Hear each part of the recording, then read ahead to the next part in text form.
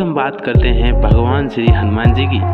तो हम चलते हैं आज महाभारत काल में, यानी कि द्वापर युग में हनुमान जी के ऐसे 5 पराक्रम के बारे में बात करेंगे जिससे महाभारत जीती। तो चलिए हम चलते हैं भगवान श्री हनुमान जी के पराक्रम के बारे में जानने के लिए। महाभारत काल अर्थात द्वापर युग में हनुमान जी की उपस्थिति और उनके पराक्रम का वर्णन मिलता है।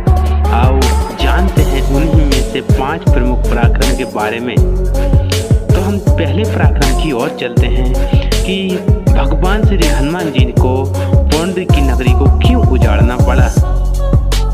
बताया जाता है पौंड्र नगरी का राजा पौंड्रा खुद को वासुदेव भगवान कहता था और श्री कृष्ण को अपना शत्रु समझता था। एक बार श्री कृष्ण की माया से उसके महल में एक कमल का फूल गिरा और उसने अपने मित्र काशीराज और वानर द्वीप से पूछा कि ये कहाँ मिलेगा। तो काशीराज ने कहा कि गंधमादन पर्वत पर, और वानर द्वीप ने कहा कि मैं लेकर आता हूँ। हनुमान जी उसी दिव्य कमल सरोवर के पास रहते थे।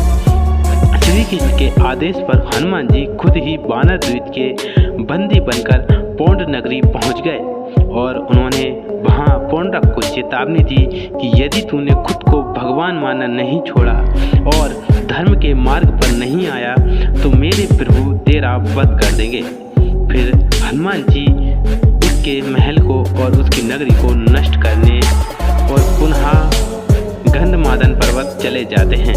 बाद में बलराम जी वानर द्वीप का और श्री कृष्ण का पौंड्रक का वध कर देते हैं। इसी प्रकार भगवान श्री कृष्ण पौंड्रक का वध कर देते हैं। तो हम चलते हैं हनुमान जी के दूसरी पराक्रम के और।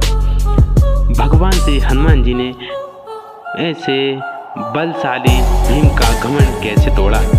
एक बार द्रौपदी के कहने पर भी मैं गंधमादन पर्वत के उस कमल सरोवर के पास पहुंच गया था जहां हनुमान जी रहते थे। हनुमान जी रास्ते में लेटे थे तो भीम ने उन्हें वहां से हटने को कहा। तब हनुमान जी ने कहा कि तुम तो बलशाली हो तो तुम खुद ही मेरी पूंछ को हटाकर अपना मार्ग बना लो। परंतु भीम उनकी पूंछ हिला भी नहीं पाया और बाद में भीम को जब ये पता चला कि वो तो पवन पुत्र हनुमान जी हैं तो उन्होंने उनसे क्षमा मांगी। तो इस प्रकार से हनुमान जी ने भीम का घमंड दूर किया। तो अब चलते हैं हम भगवान श्री हनुमान जी के तीसरी पराक्रम की ओर कि उन्होंने अर्जुन का घमंड कैसे तोड़ा। इसी तरह एक बार अर्जुन को नदी पार करना थी तो उसने अपनी धनुर्विद्या से बाणों का एक सेतु बनाया और रथ सहित नदी पार की।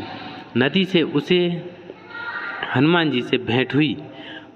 उनसे हनुमान जी से कहा कि भगवान राम यदि इतने ही बड़े धनुर्धारी थे तो मेरे जैसे बाणों का पुल बना सकते थे।